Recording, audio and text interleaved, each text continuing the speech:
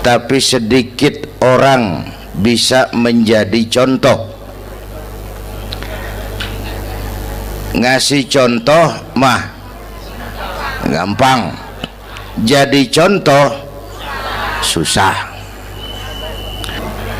Karena beliau manusia. Laqad ja'akum rasulun min anfusikum. Kalau kambing disuruh nyontoh ayam, yang nyuruh nyontoh kagak punya pikiran. Ya, kagak level. Kambing mah nyontohnya kambing, kebo nyontohnya orang, nyontohnya orang. Makanya Nabi kita orang, bukan malaikat, bukan jin, bukan dewa, manusia. Kalau manusia disuruh nyontoh manusia, itu perintah masuk akal, predispositionnya sama.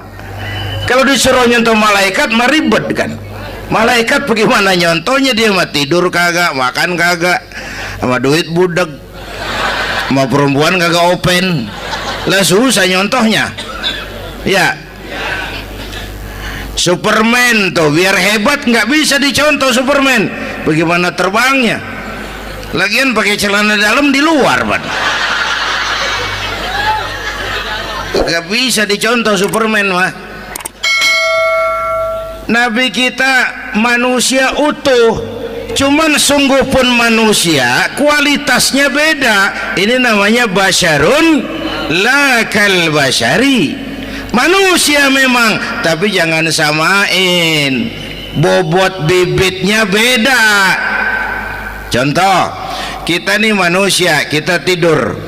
Nabi kita manusia, beliau tidur. Tidur Nabi, tidur mata doang, hatinya nggak pernah tidur. Tuh bedanya sama kita tuh. Tidur kita keblek, asal tidur habis-habisan. Lagi kita manusia, kita keringetan. Nabi kita manusia, keringetan. Keringet Nabi harum wangi, bau minyak kasturi, zaman belum ada parfum. Keringet kita udah rasain aja masing-masing dah, jangan pakai dikebet udah.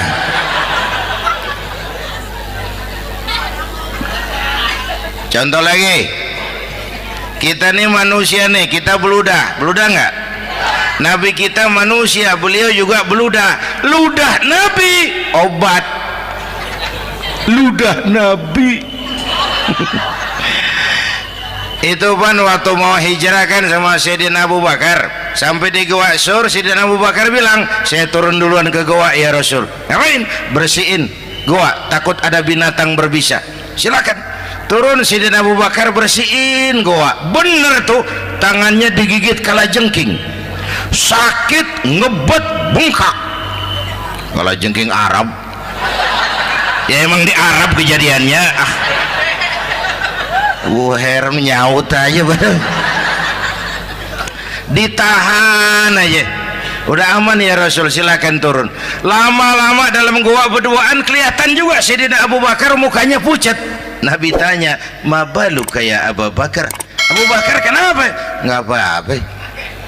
Berat meninggalkan Mekah? Enggak. Malas hijrah ke Madinah? Enggak. Takut diubur-ubur Quraisy? Orang kata enggak, itu mah enggak. Lah kenapa muka kamu pucat? Tangan digigit kalajengking. Ngapa nggak ngomong dari tadi? Saya nggak mau nyusahin Tuhan ya Rasul, biar saya tahan, asal jangan nyusahin Tuhan. Jangan begitu kau. Sini tanganmu, diambil sama baginda Nabi. Bismillahirrahmanirrahim. Cuh, diludahin, ringkes, sembuh saat itu juga. Ludah Nabi. Pengen tahu kita yang ludahin, bengkak campur koreng.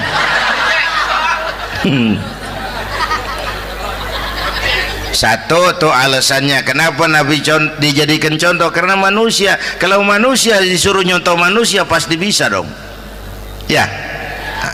Yang kedua, karena tadi kata Bang Haji Oma, pribadinya itu pribadi yang multidimensi. Mau nyontoh apa? Pak, saya ini pengusaha Pak. Nabi umur 9 tahun udah ke Syria tuh, dagang lintas negara Syam tuh. Saya jenderal Pak, Nabi mimpin tentara di medan perang Mas. Saya mau balik Pak, Nabi dakwah Bung. Saya guru Pak, Nabi ngajar Mas. Innama bu'istu mu'alliman, aku diutus sebagai guru, guru umat, guru bangsa. Saya politisi Pak, Nabi diplomat ulung Bung. Saya presiden Pak, Nabi mimpin bangsa dan negara Mas. Saya kepala rumah tangga Pak, Nabi punya anak bini Bang. Ayo lempengan mana dulu cari ngomong. Malah Nabi Isa tuh nggak bisa jadi contoh bagaimana membina rumah tangga bahagia. Bagaimana membina rumah tangga bahagia menurut contoh Nabi Isa? Nggak ada Mas. Kenapa? Nabi Isa belum sempat kawin. Ya, Nabi Isa belum sempat kawin. Ada pengikut Nabi Isa menyangka nggak kawin ajaran Nabi Isa, pada ngikut lagi nggak kawin. Tuh pastor tuh mubazir. Lah orang dikasih perabotan. Bang bener, saya kalau dalam Islam kiai kagak boleh kawin, saya pilih berhenti jadi kiai. Karena kagak ada giro-giroan, botak rambut.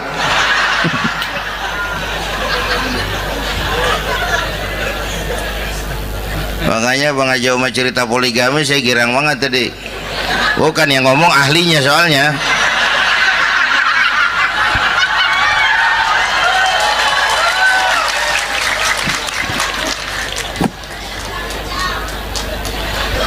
Dadah gitu aja deh ya. Nah kata Imam Busair nih yang dahsyat, ka'annahu wa huwa fardun fi jalalatihi fi askarin hina talqahu wa fi hasham. Sepertinya kehebatan Rasulullah itu sama baik sendiri maupun di tengah tentara. Artinya begini, orang hebat banyak, tapi yang hebat di mana-mana susah nyarinya.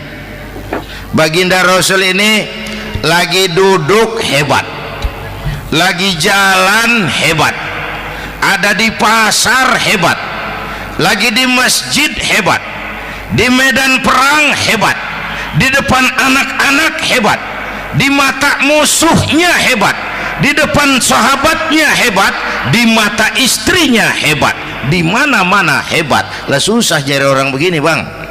Ya kita mah hebat juga setempat. Di kantor hebat, sekantor orang diomelin. Di kantor, pulang ke rumah dikeplak sama bininya diem aja. Nih di depan bininya dia kagak hebat dia mah.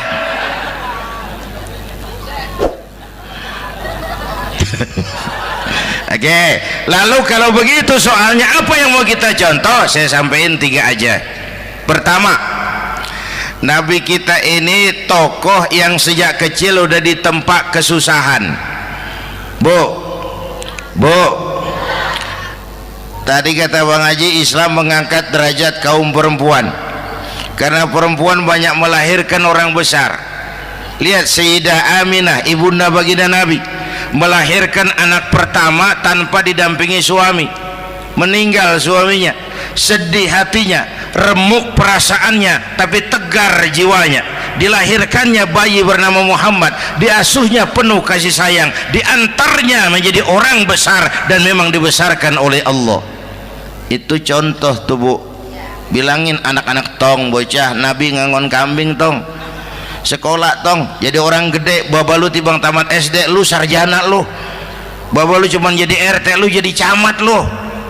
Biarin malu baba lu, pala jadi kaki, kaki jadi pala, asal lu terus sekolah.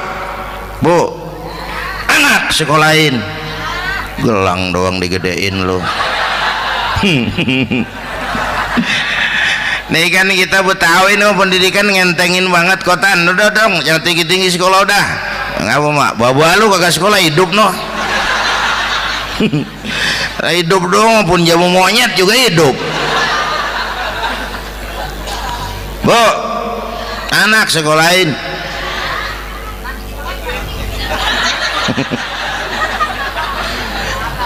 Mahatma Gandhi, oh kecilnya begeng, ceking, cacingan, yatim. Emaknya tuh, Gandhi sekolah nak, Gandhi belajar nak, Gandhi jadi orang besar nak. Kalau perlu belajar ke Inggris, biar Inggris menjajah kita. Gak apa-apa kau sekolah ke Inggris, tapi jangan jadi Inggris nak. Jangan pacaran sama bule, jangan sentuh minuman keras. Gandhi jadi orang besar. Mahatma Gandhi tumbuh karena dorongan emak. Mak, udah yatim. James Watt, Kang Bandrek. Emaknya tuh yang dorong tuh jadi orang besar. Belum lagi perempuan yang jadi besar. Di Indonesia ada Kartini, di Jawa Tengah ada Dewi Sartika, di Jawa Barat Dewi Sartika, di Bengkulu ada Fatmawati Soekarno, sang penjahit bendera merah putih. Di Aceh muncul Laksamana Malahayati, disusul kemudian oleh Cut Nyadin, baru kemudian muncul Cut Koko, Cut Meme, Cut, ya udah tak cut lain dah.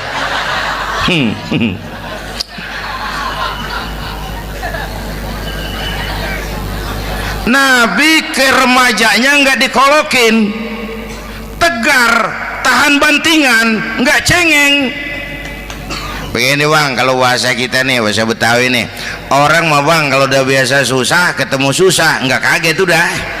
Ya kita Betawi kan mah susah udah nukangin. Susah mulu. Saya santri nih biasa makan kangkung, datang ke rumah temen dikasih kangkung, makanan gue ini mat, dikasih daging ayam lah nambah, emang apa? Orang mah kalau biasa susah enak nggak kagetan. Saya santri biasa tidur di masjid, disuruh nginep di hotel lah pules nggak? Tapi yang biasa tidur di hotel suruh nginep di masjid encok. Makanya kemarin tuh waktu menteri-menteri baru dilantik tuh saya ngarepin tuh, mudah-mudahan nih menteri ini begitu dilantik bacaannya nawaitu sauma ghadin. Lu pada niat puasa dulu dah, entaran. Puasa kan bukan kagak boleh, nunda doang, nunda puasa mah. Tempe boleh maghrib, tahu boleh maghrib, air kelapa boleh maghrib. Lu menteri pada mau naik mobil mewah boleh, ntar kalau ekonomi udah mendingan, rakyat udah pada legaan napasnya. Ya sebab apa? Itu duit buat mobil para menteri kan duit negara. Duit negara kan duit rakyat. Duit rakyat kan duit gue juga, itu ada di situ. Gue bayar pajak. Sayangnya kebanyakan pejabat kita asal dilantik aja bacaannya Allahumma lakasumtu, niat buka puasa. Orang buka puasa kan kemaruk, apa jadi gares ya. Bu, jadi benar Islam mengangkat harkat, derajat, martabat kaum perempuan. Kata Bang Haji Umar tadi, dengar nggak tuh? Waktu Nabi ditanya, ya Rasul, siapa yang paling harus saya taati di dunia? Ibumu. Setelah itu ibumu. Setelah itu ibumu. Setelah itu bapakmu. Ibu 3 kali disebut, bapak. Coba pikirin, ibu 3, bapak 1 bapak. Ini bagaimana ngitungnya? Jadi kerok begini nih ngitung nih.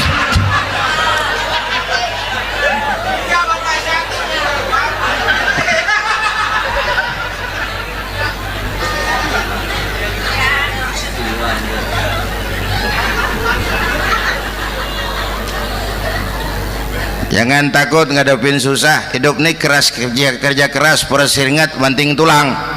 Ya Bu. Satu, Yang kedua, contoh dari Nabi, orang yang paling bersih hatinya Rasulullah, orang yang paling baik akhlaknya Rasulullah, orang yang bahkan sudah dapat jaminan ampun dari segala dosa Rasulullah. Tapi orang yang kalau sholat malam sampai bengkak kakinya karena rajin sujud Rasulullah. Aspek ibadah. Apaan? Hei, diam-diam giliran gue ini ngomong.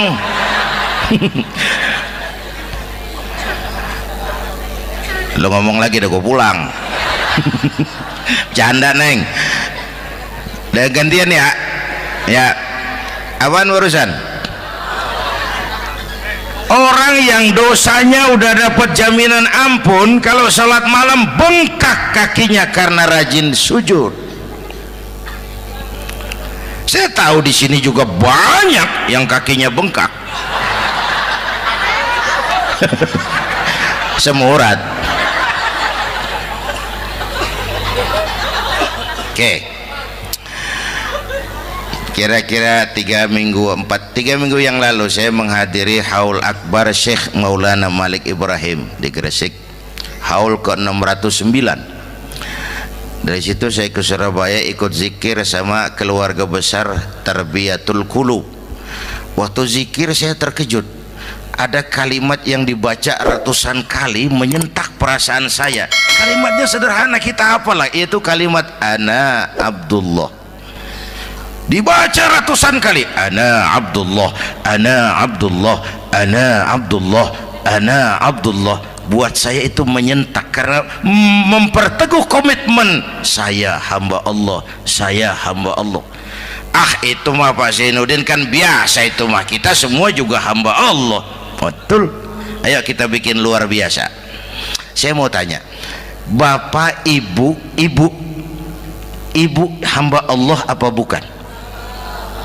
3 orang. Ibu hamba Allah apa bukan? Hamba Allah. Kata siapa? Nah, kata ibu sendiri. Kalau kata sendiri pan namanya pan ngaku. Ya, orang ngaku mah boleh dong, tiba ngaku namanya juga ngaku. Cuman diakuin apa enggak kita pan belum tahu. Ngaku mah murah, diakuin mahal. Ya, yang gampang dah. Ibu kenal sama Presiden SBY? Kenal. Presiden SBY kenal sama ibu? Lo ngaku, lo ngaku.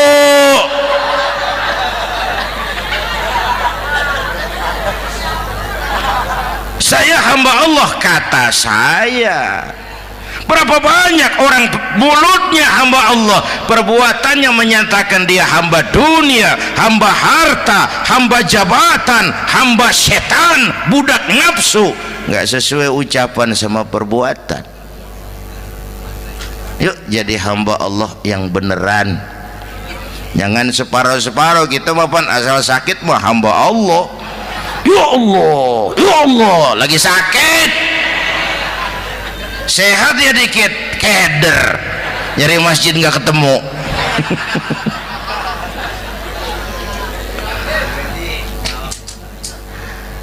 Apalagi kata Bang Haji tadi nih, kita nih kan zaman entertain nih, orang pada pinter bikin bungkusan sekarang Bang, ya.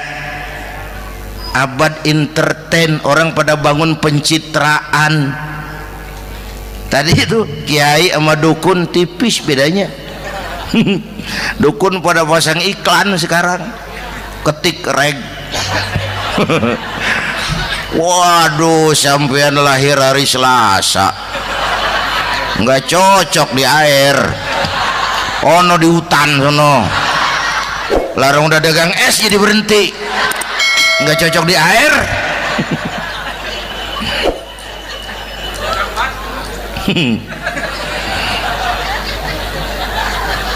Bu, nih zaman nih siapa pakai apa, siapa mau jadi apa kagak urus nih. Bapak Ibu hadirin yang saya hormati, dan masyarakat kita ini kayak daun kering. Tahu daun kering? Gampang dikumpulin, susah diikat, berisik, gampang dibakar. Tuh daun kering. Penyakitnya kutil, kurang teliti, cepat heran, gampang kagum. Cepat heran, gampang kagum. Dulu ada tuh satu hari tabrakan di jalan kenceng, buah, korban jatuh belepotan darah, dikerubungin orang banyak. Datang wartawan mengambil gambar dari dekat, susah, orang banyak bener ngerubung. Cari akal nih wartawan, tolong saya dikasih jalan ke dekat korban. Orang nengok semua, saudara siapa? Saya bapaknya korban, katanya. Dia ngaku bapaknya korban. Ya orang minggir semua, minggir, ini ada bapaknya korban. Orang minggir semua, dia maju ke depan korban. Sampai di depan korban pucat mukanya tuh wartawan. Kenapa? Yang ketabrak anak monyet, Pak. Dia udah kedongan ngaku bapaknya korban.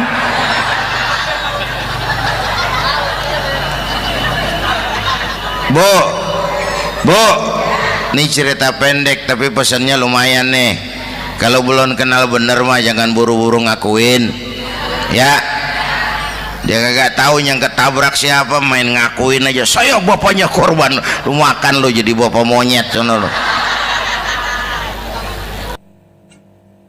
Makanya jagain kampung kita nih, jangan kemasukan yang aneh-aneh, ya.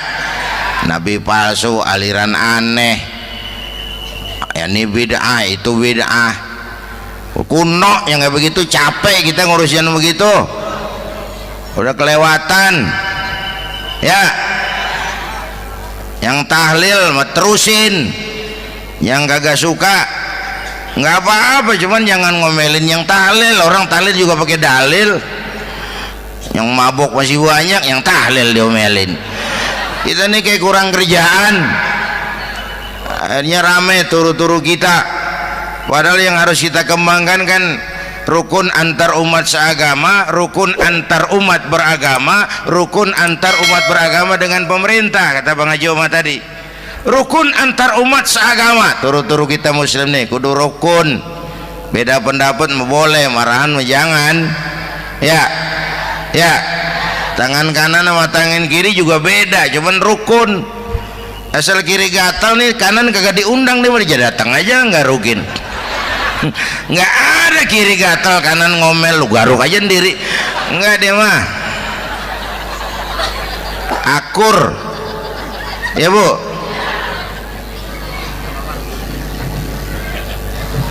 Yang kedua rukun antar umat beragama. Islam ini rahmatan lil. Yang ketiga rukun antar umat beragama dengan pemerintah. Ini mah kita kan bermasyarakat sama juga sembahyang berjamaah, ada imam ada makmum, ya. Nih rakyat kalau jadi pemilih yang pintar ke depan, nah, mau milih wali kota kayak gubernur kayak presiden kayak. Sebab apa? Sholat berjamaah kan siapa makmum kagak penting, Bang. Makmum mah siapa aja boleh, ya. Tiba ngikutin dia mah ngaji, dia mah gimana kayak nggak ada bab pemilihan makmum, nggak usah. Makmum mah kagak usah dipilih, siapa aja boleh, ya. Bang, tuh orang budak, Bang, boleh jadi makmum. Bacanya kagak fasih, boleh jadi makmum. Ketinggalan satu rakaat, boleh jadi makmum. Tapi nggak tiap orang boleh jadi imam. Siapa yang dipilih jadi imam? Pertama a'lamuhum, kata Nabi. Orang yang paling alim di kampungmu siapa? Angkat jadi imam. Yang paling alim, bukan yang paling tua. Tua juga kalau kejemur kisut. Dulu tuh Nabi Adam waktu diangkat jadi khalifah kan bekalnya apa? Wa 'allama Adam al-asma'a kullaha. Al-asma' ay al-ulumul katsirah. Dulu zaman Fir'aun perang sihir sama Musa, sekarang perang visi dan misi. Punya ilmu, Bu, ngerti urusan dari tetek sampai bengeknya. Kalau ngikutin imam yang alim pan enak, bisa dipertanggungjawabkan. Hati-hati milih pemimpin, maksudnya, Bu, jangan terjebak oleh penampilan. Emas pasti kuning, benar? Apa semua yang kuning pasti emas? udah paham dulu. Ustadz, kenapa di kampung saya ada 2 orang alimnya sama, yang mana yang jadi imam? Afsahuhum, yang lebih fasih lidahnya. Yang satu alim pelok, yang satu alim kagak pelok. Nah, yang kagak pelok suruh jadi imam. Kenapa? Nggak sah orang fasih bermakmum kepada imam pelok. Ustadz, imam pelok, makmum pelok semua. Sah, namanya kampung pelok, biarin, susah diurusin udah itu. Apa sih artinya fasih? Yang enak deh, nyambung. Pegel kalau punya pemimpin kagak nyambung sama rakyat. Ya, rakyat mau yang ngidul deh ngalor, rakyat mau yang ngulon deh ngetan. Lah kan capek rakyat, kagak nyambung. Makanya kalau jadi imam pesan Nabi, idza amma ahadukumun nas falyukhaffif. Kalau kamu jadi imam, ringankan sholat kamu. Itu makmum nggak sama kekuatannya. Jangan panjang-panjang kalau jadi imam, kudu tahu keadaan makmum. Tuh makmum ada yang udah tua rentak, diri aja udah gemeter. Ada yang punya darah tinggi, kalau sujud kelamaan palanya ngebet. Ada yang udah janji tuh makmum habis sembahyang mau terima duit. Kalau imam kelamaan kalau sodan makmum. Ya, nyambung. Jangan udah diangkat jadi imam saenake dhewe. Salat isya berjamaah, rakaat pertama selesai Fatihah Yasin. Makmum ikut mengikut, cuman bari ngancem, besok gua tawiatin balik lagi udah. Kagak nyambung. Kalau nggak nyambung tuh capek, Bu. Jangan tersenyum kepada orang buta, jangan berbisik kepada orang tuli. Kagak nyambung. Orang buta diajak senyum, bagus sih maksudnya, cuman kan rada mubazir. Orang kagak paham. Cari pemimpin yang nyambung. Kalau memang masyarakatnya suka tahlil, cari pemimpin yang suka tahlil. Rakyatnya suka maulid, cari pemimpin yang suka maulid, supaya nyambung, kagak pegel kita.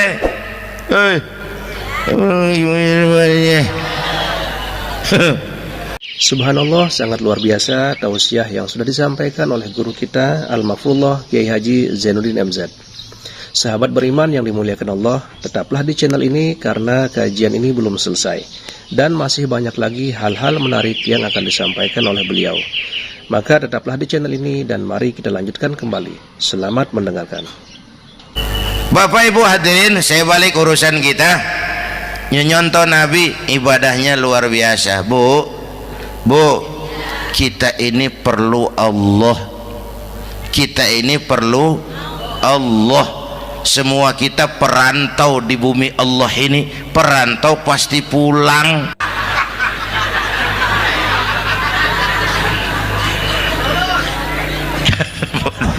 Bolot. Bodoh kalau ada perantau, dia sadar dia perantau tapi nggak pernah mikirin pulang. Lebih bodoh lagi mikirin pulang tapi nggak nyiapin bekal. Kan tadi Bang Haji Omah udah bilang tuh, muda mati. Ya, kadang-kadang engkongnya seger banget, cucunya mati. Ya, perantau mah mesti pulang.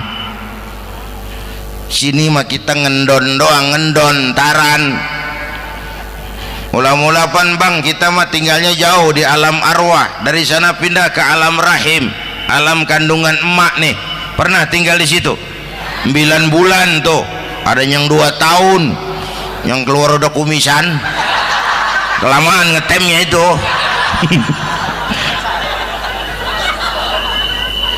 Dari sisi ini oh pantes ibumu, bapakmu, karena alam rahim, fisik dan psikis emak lebih capek dari kita bapak. Kita mah orang laki mah, kita mah pan investor gitu mah, nanam modal doang. Yang ngolah pabrik kan emak tuh, ya mak. Pabrik. anak-anakku remaja, pemuda yang hadir, Masya Allah, emakmu, emakku, emak kita semua nih, dari mulai ngidamin kita udah kita seksa nih emak nih, dari mulai ngidamin kita udah kita seksa emak nih, muntah nggak urus. Mending ada yang dikeluarin mah enak, lega. Ini kagak ada apa-apanya. Bener mak, yang dipengenin yang kagak musim lah kan setengah mati lagi urusan. Tengah malam pengen megang pala kereta, lu jorok bener lu, gue heran.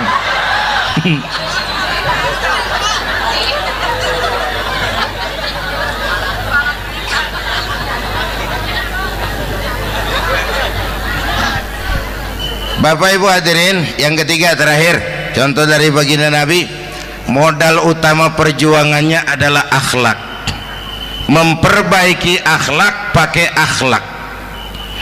Rasulullah ngajak, bukan ngejek. Rasulullah merangkul, bukan mukul. Rasulullah pakai argumen, bukan pakai sentimen. Tujuannya adalah kebenaran, bukan menang-menangan. Prinsip dakwahnya basyiru wala tunafiru, yassiru wala tu'assiru. Gembirakan orang, jangan ditakut-takutin. Mudahkan urusan orang, jangan dibikin sulit. Di masyarakat memang mendingan rakyat rendah berakhlak tinggi daripada pejabat tinggi berakhlak rendah. Dulu tahun 50-an orang kita kalau pergi haji ke Mekah 6 bulan. 6 bulan tuh orang udah pada lupa aja baru pulang. 6 bulan yang ada cuman kapal laut, Mekah Madinah onta, banyak rampok lagi di gurun pasir Baduy itu. Dulu orang tua kita belajar manasik, kalian belajar silat. Sekarang karena kemudahan kemajuan ilmu menciptakan Boeing memotong waktu 5 bulan, orang pergi haji cukup sebulan. Bapak Ibu hadirin yang saya hormati, oleh karena itu menjaga nilai-nilai akhlak itu penting. Kepada siapa kita harus berakhlak? Pertama, kita harus berakhlak kepada Allah. Bagaimana caranya? Jangan menyekutukannya dengan sesuatu pun. Yang kedua, jangan menyembah kecuali hanya kepadanya. Yang kedua, kita harus berakhlak kepada sesama tadi itu. Yang ketiga, kepada lingkungan. Saya dulu masih zaman ada almarhum kakek saya, engkong. Kampung saya banjir, air masuk ke rumah. Saya teriak, "Kong, banjir Kong." Engkong saya ketawa, "Biarin, bukan salah air." Habis, salah lo. Salah kita bagaimana Kong? Lah lo tempat air lo tempatin. Yang punya tempat datang ya kagak ngerti, ini tempat gua, ini di sini nggak pada lo, lah banjir. Engkong saya nggak makan bangku sekolahan, tapi wise Pak. Air kan bukan musuh, air kan temen kan kudu punya tempat.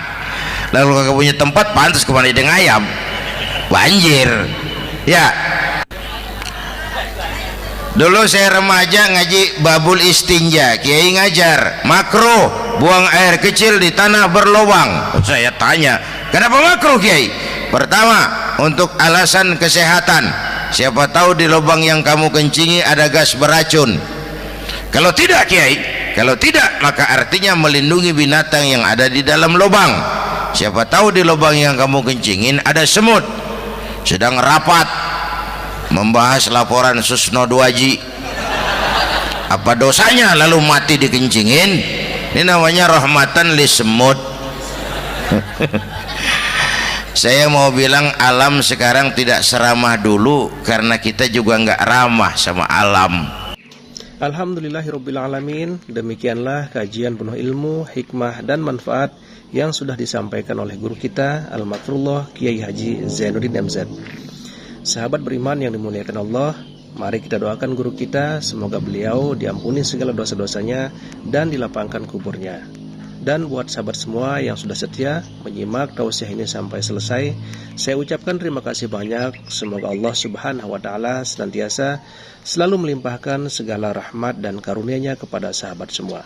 Selalu diberikan kesehatan, dimudahkan segala urusannya, dan dilancarkan rezekinya. Amin ya Rabbal Alamin.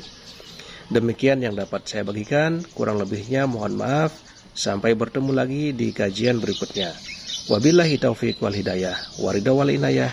Wassalamualaikum warahmatullahi wabarakatuh. Setelah kita mendengarkan tausiah fenomenal dari guru kita Al-Mafrullah Kiai Haji Zainuddin MZ, sekarang mari kita lanjutkan aktivitas kita masing-masing. Semoga apa yang sudah disampaikan oleh beliau bermanfaat untuk kita semua. Amin ya Rabbal Alamin. Doa dan harapan saya semoga sahabat semua sehat selalu dan dilancarkan rezekinya. Amin ya Rabbal Alamin. Sampai bertemu lagi di kajian berikutnya. Assalamualaikum warahmatullahi wabarakatuh. Bismillahirrahmanirrahim.